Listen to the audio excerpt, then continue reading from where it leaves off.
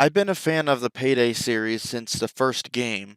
Payday 2 is my favorite game of all time. My most played Steam game with over 1,000 hours of playtime. My most played Switch game. My most played PS3 game with lots of hours put into every other version as well. For years I ate up everything the game offered and eagerly awaited each and every update, each piece of DLC, every new trailer, and when Payday 3 was announced, I was beyond excited. When that first Xbox reveal trailer dropped, I watched it over and over again, eagerly taking in all the new additions. And now that the game's out, I'm disappointed.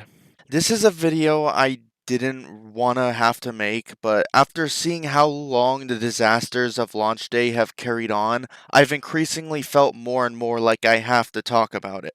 Let's start with the elephant in the room, the root of a lot of the problems the game has: the online only. The launch was proof that it was a bad idea. For the entirety of the day, it was almost impossible to get a match, even if you wanted to play alone in a private lobby. Even if you already have a full party of 4 people, you have to matchmake. They made it so that regardless of who you are or what you want to do, you have to matchmake. And this problem persisted all throughout the weekend, and even past the weekend, these problems continued. Hell, as of this video, this is still a problem.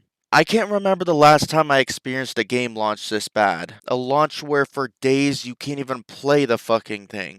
Keep in mind, many people paid over $100 for this. So, not only is the online only a problem, but there's also the matchmaking.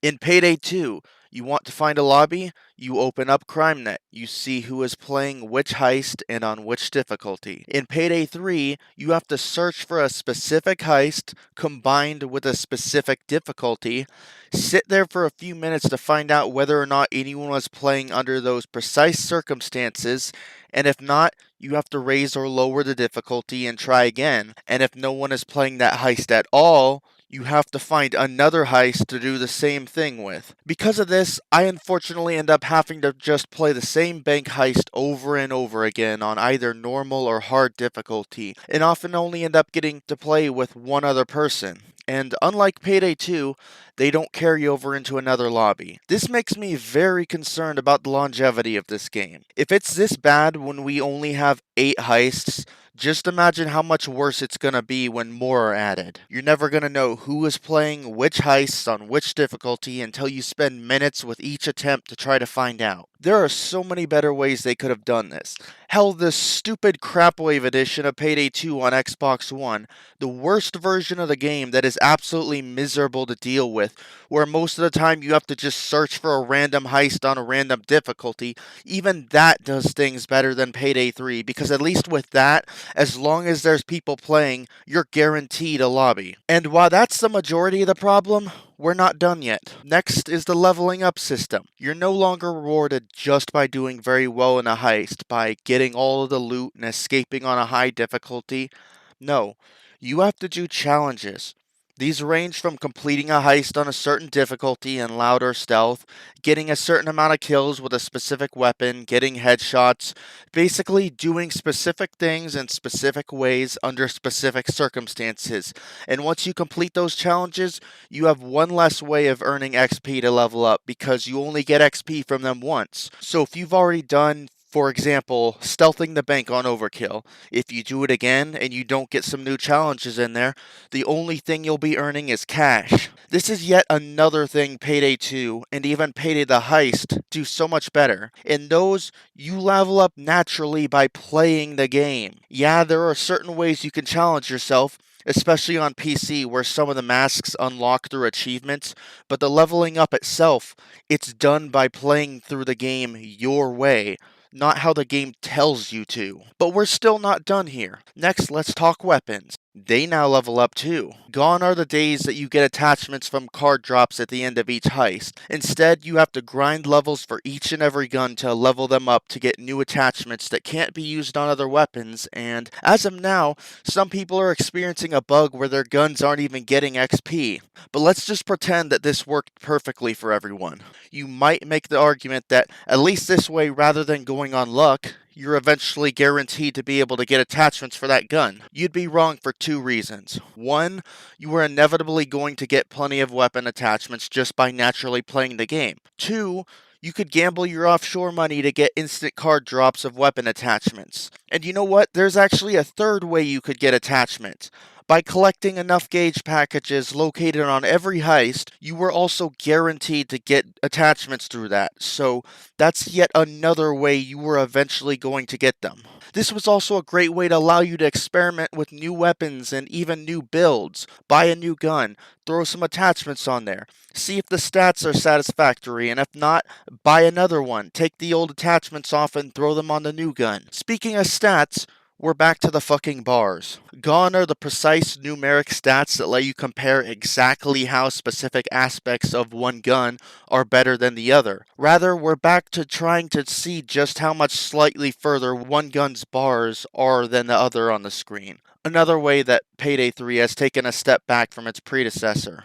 And while we're talking about guns, let's talk about the new kill streak. I mean, the overkill weapon. Your reward for building up enough kills. Call it in, it drops from the sky, you pick it up, and you start blasting. I rarely ever feel the need to use it. It's just there as a sort of, oh look, a grenade launcher, which by level 40 turns into, oh look, a sniper rifle, something I could have already had loads of in Payday 2. It just doesn't feel like it really needs to be there, and whenever I do use it, I feel like it's not as effective as just using a regular gun. It's more there as a feature to be advertised in the game, less of something that actually feels like it belongs there. Masks. All I'm going to say is that the selection is massively underwhelming. I believe there are only 24 of them. While I appreciate being able to just straight up buy them rather than having them drop in cards, not only is the quantity minimal, but the quality is pretty poor as well. You may or may not agree, but I'm just saying it's yet another thing that I feel Payday 2 did better, even in its vanilla version. So they took a lot of backward steps with this game. I'm not trying to convince you to stop playing the game, or from buying it, or even trying it on Game Pass. I'm just trying to express how, as a longtime fan, someone whose favorite game of all time has been Payday 2 since the beta, this game could have been so much more than what it is. I'm just glad I didn't buy the collector's edition like I originally wanted to. Even with the fact that I paid nothing for this thanks to Game Pass, I still feel ripped off. All the time I spent looking forward to this game, thinking that when it released, it could end up being Game of the Year material. How wrong I was. A new engine, better graphics, and more features on top of the pre-existing ones. That's all they had to do. I'm not saying that I hate Payday 3. I somewhat enjoy this game when it actually works. It's not like everything is worse, but still, every time I play Payday 3, I always have the thought that I'd be having a much better time if I were just playing Payday 2 instead, which is what I'm pretty much going back to doing. Because as of now at least, I have very little desire to continue playing Payday 3. I really hope that one day the game improves enough that I'll be able to look at it the same way I do the first two Payday games. But for now, it's still got a long ways to go. Till next time, this is WarsRC on the Game Clips channel, and I'm out.